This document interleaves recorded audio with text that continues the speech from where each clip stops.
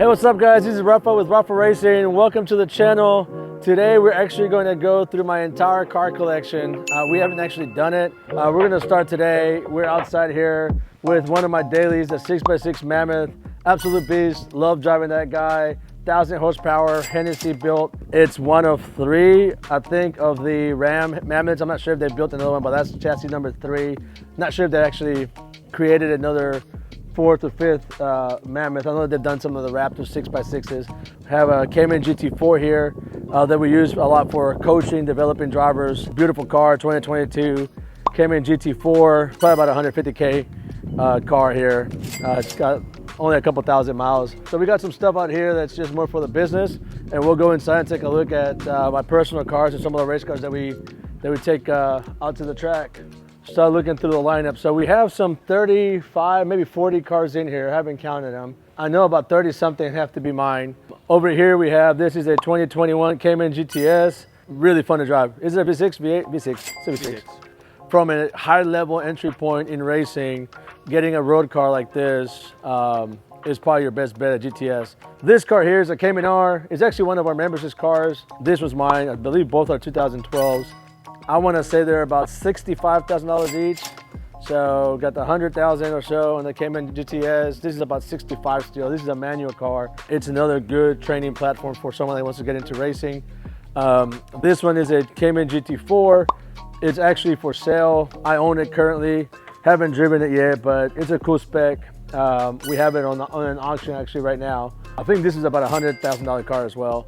Same as this Cayman GT4. We've put the harnesses in, racing setup, alignment, all that. So that one's about 100,000. This is a 2021 Cayman GT4. This car is about 125K, maybe more. The 21 Cayman GT4. Here we have a 2020 Cayman GT4, another one of them. So as you can tell, it's one of our common cars. This one's a little bit more track setup. It's got the roll cage, it's got exhaust, it's got racing wheels, a suspension setup for more for track use and racing. With the current setup and what it is, it's probably about 140, 150K $1,000 car. This guy here is a 2019 GT3 RS 991.2. Put the Rafa wrap on it. We use it a lot for marketing and track use as well. But yeah, it's absolute beast. Love the GT3 RS platform. But it's roughly about a $250,000 car, so $250,000. This one here is, whose car is this? This is not my car. This is my buddy's car, GT3. I think it's a 2016 GT3. That's his track car basically, so we've been just storing it for him, a buddy of mine. This is a 2011 Turbo S, super clean, probably one of the cleanest ones that you will find. It only has about 7,800 miles, and it's got more of that old school Porsche look. This car is probably about 125K. This is my first original sort of like real luxurious car, 2013 Bentley Continental GT. It was the first car. I've owned it for nearly 10 years now. I bought it I think in 2014. So this is actually a Le Mans edition too, which is a limited edition of 2013 Le Mans. And yeah, I still love the car. It's still one of my favorite cars. If I had to guess, the car is roughly about a 75K to 100K. I would call it 80K of a car. This is a Nissan GT-R. This one I actually bought in the production of Green Gears. You'll see there in the banner. It's a TV series that we're producing, should be coming out in 2024. We're almost finalized with the production of it. We needed a JDM car. Someone's engine blew up, so we went and bought the car. So I own the Nissan GT-R. We paid about 65K, I think it was. It's an automatic box. All right, so next we have the 2 Vipers. These are actually John Hennessy's Vipers. They're the legacy Vipers that he had since the 90s, where he made his name for himself. So he's owned these cars for a long time, and they've made all kinds of press. They've been in magazines. Is essentially, what John Hennessy was known for in his early career about 30 years ago at this point. Next is the 2012 Mercedes SLS AMG. This was one of my all-time favorite cars. It's one of the cars that I wanted to buy when I first started making some decent money and I was looking at buying an exotic car. Can't recall how much it is. Mercedes SLS AMG. Value-wise, about $240,000, like about $250,000 car here. One of my favorite old-time cars. This here is a 2016 Porsche 911R. It's one of the limited production manuals that Porsche did. This one is about 500K. I bought this one a year and a half ago, maybe 2 years ago, but it's actually one of the rarer cars that I own. And it's $500,000 car that you probably couldn't tell just from the look of it, looking around the room or just in any sort of lot with a bunch of cars. You probably wouldn't think that the 911R is a $500,000 car, but it is. This here is a 2019 Ford GT. This is a 2021 Ford GT. They're pretty much identical specs other than the color. This was about $1 million right now. This is about 1.2 million. I think I have like about 400 miles in this thing. This one's got under 100 miles. I think it's got like 80 miles. I love both specs. I'm sort of torn, but I don't think I'm gonna be driving both cars. So I'm gonna end up selling one of them at some point here in the near future, possibly. This here is a 2021 Aventador SVJ. It was my first Lamborghini that I got, absolute beast. This one is probably about 800,000 or 900,000. It's the Roadster, so it's probably about, I think it's about a $900,000 car. But they're gonna retain their value. V12, absolute beast. Here's a 2021, which I actually can't believe is actually a 2021. I've had it for a couple of years now. I forget, it's already 23. But it's a 2021 Hurricane STO. This one goes for about 400, 450. It's a V10. I think it's actually my only V10, if I'm not mistaken. It sounds incredible. It's got the Acropovic exhaust. So this one and the SVJ are my two Lamborghinis. Again, it's about 400, 450K of a car. This here is actually my absolute latest edition of road cars. This is a 2024 DBS Ultimate. It's one of 300, I believe, and it's a V12. Most comfortable car, and it sounds and it drives really mean. The exhaust sounds incredible, but yeah, this is a really beautiful, absolute beast of a car here. It's a $550,000 car. Here we have the 2021 SF90. I had one of the first ones in town, as well as the STO is one of the first ones here in Houston. The SF90 has lost quite a bit of value over time. I think when it first came out, there was a thought that maybe they weren't going to produce as many as they did. And then a lot of them hit the market, unfortunately. So the car itself at some point got up to like $1 million, $900,000. But I think it's closer to a $650,000, maybe $700,000 car. Full black exterior with the red seats and red tones interior. We've actually done an episode and we've featured it a couple of times. Here on this side, we have the absolute beast of a GT3 RS. Just took delivery about 3 weeks ago. I've driven it for about 400 miles at this point, maybe a little bit more actually. And it just sounds and looks and it just drives incredible. So I don't intend to track it too much. I think I'm just gonna enjoy it and maybe daily drive it or cruise around it a little bit more because I do own a Cup car. So I have a 992 Cup car that is obviously gonna be a lot better experience and safer than driving this at speed. So we'll probably be driving that a lot more.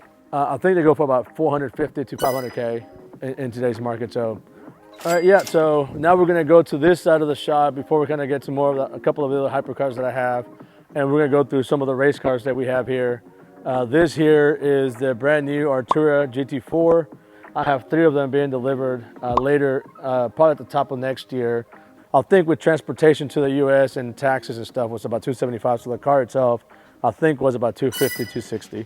All right, so yeah, so the 5.7 GT4 is about a 150K car, and we have one 5.7 GT4, I have 2, 3 5.7 GT4, 4 5.7 GT4. So I have 4 5.7 GT4s in here, plus the one that's in Europe, so 5 5.7 GT4s, they're about 150K each. Now here we got the Mac Daddy 720S, GT3X, absolute beast, 1 of 15.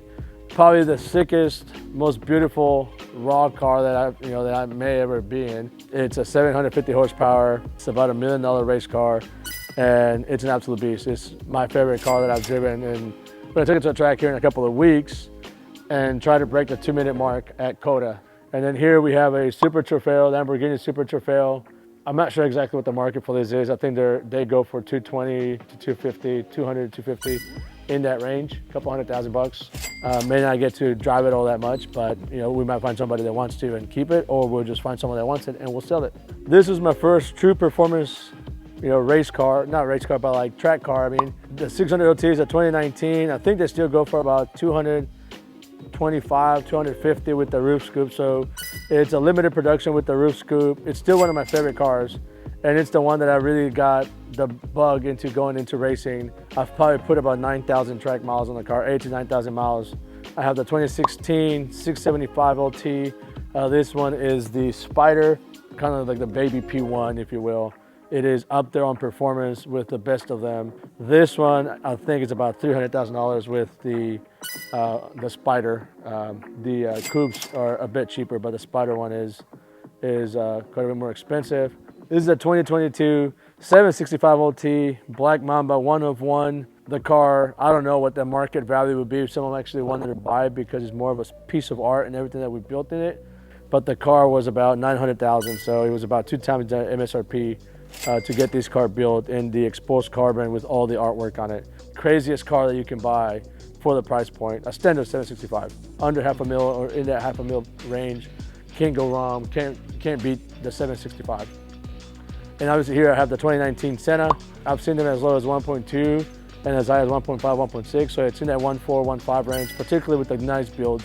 Some of them, I think, get devalued a little bit because of the build and also some of the high mileage. I think I have about 3,000 miles in it. So yeah, so I have one of each of the LTs. I'm not sure how many people out there in the world actually have an LT collection, but I am proud owner of the LTs. I love their individual specs and specs so well, and obviously they're my favorite cars to drive. The LTs are incredible cars. All right, so then on this side of the room we have the Hennessy Venom F5s, we have the Coupe, we have the Roadster. If I'm not mistaken, I'm the only person that owns one of each, that owns 2 Hennessy F5s. The Roadster is about a $3 million car.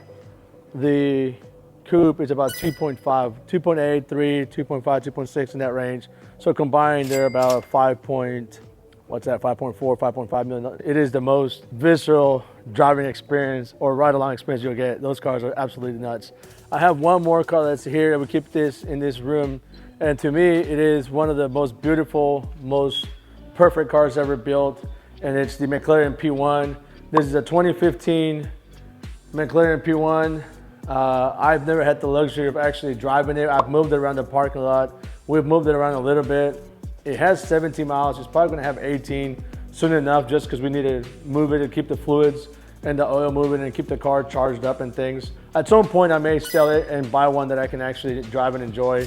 I was looking for one and ended up finding one that's never been driven, so I'm gonna keep it that way from a value standpoint, which I hate, and like looking at it like almost makes me mad for not being able to drive it or not getting myself to drive it. So I'll give it to someone who's gonna value it and store it and keep it in its pristine condition, and then I'll get one that I can actually go throw around the track and daily drive and stuff. So the one car that is missing that's not in here, 2020 G-Wagon with the Brabus kit on it, that one should be here probably the next couple of days. We've done an episode around the whole G-Wagon. Let me see, am I missing anything else? All right, so that's pretty much a summary of my collection. We'll find out how much it actually is in the comment section. Let me know what you guys like, don't like about the specs. It's always good to get people's feedback and just kind of get some conversation going. But as always, thank you for watching. To your friends, to your family. See you next time.